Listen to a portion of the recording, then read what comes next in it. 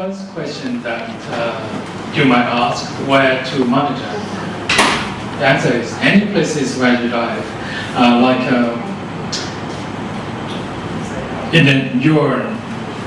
when you go diving with your customers.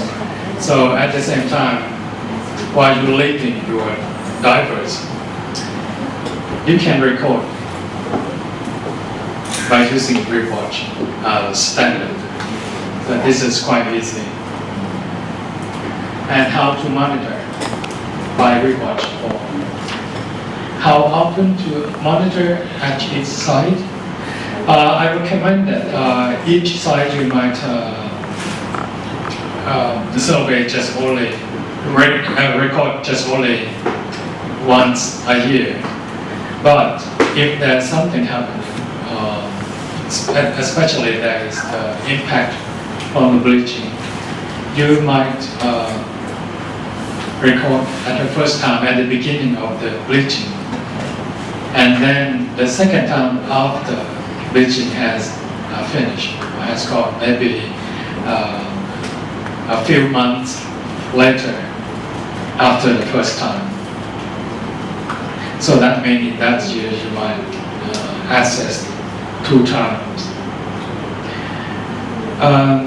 I recommend that you should take a photograph at a permanent site, exactly at the same corner as I showed you in the picture that I have taken in series, so that can tell the story very well, like this one at Patong Bay.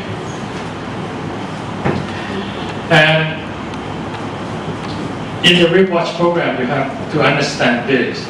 This is the example at Similar Island, showing you the zone of the reef starting from the beach. That is the reef flat area where the profile of the reef is just gently sloped down, very flat. So that zone we call it is reef flat. The second after the reef flat is the reef edge. Like this, if you look at my shoulder here, so this is a reef flat, and this area is going to curve down. This is the reef edge, and then the slope. So reef flat, edge, and slope. So normally the zone of the reef usually look like this in Thailand. This is the graphic showing the reef flat area, and then the reef edge here, and the slope. But in some places, it doesn't, the feature doesn't look like this, but it is a kind of just gentle slope from the beach until the end of the reef. So there's not a clear zonation, but we call it gentle slope only. This is a reef flat. Some places the reef flat will be exposed during low tide, such as most of the reef in the Andaman Sea. During the spring tide, it's exposed like this for about 2 hours in the morning and then another 2 hours in the evening. So the environment changed extreme. So sometimes there's a light, there's a sunshine.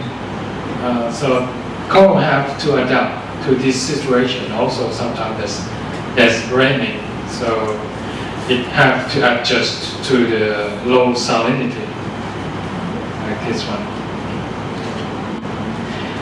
That is on the reef flat. And this is the front of the reef flat. So near the reef edge, most of coral is like a table form like this. This is a crocodile, genus Acropora. It's like a table form. We call table form. And on the reef edge, most of coral are bowl shaped and big, like a big mountain, big boulder.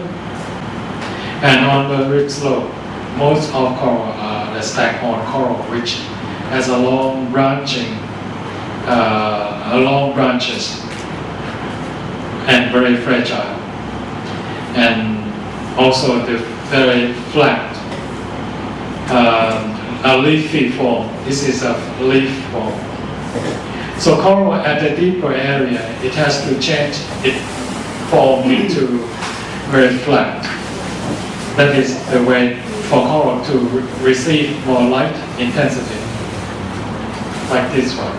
Also at the bottom of the slope. So also at the bottom of the slope, the water shale try to adjust itself to be flattened. This is the way to receive more light intensity. And this coral has no zooxantheria in the tissue, so it can grow in a dark area.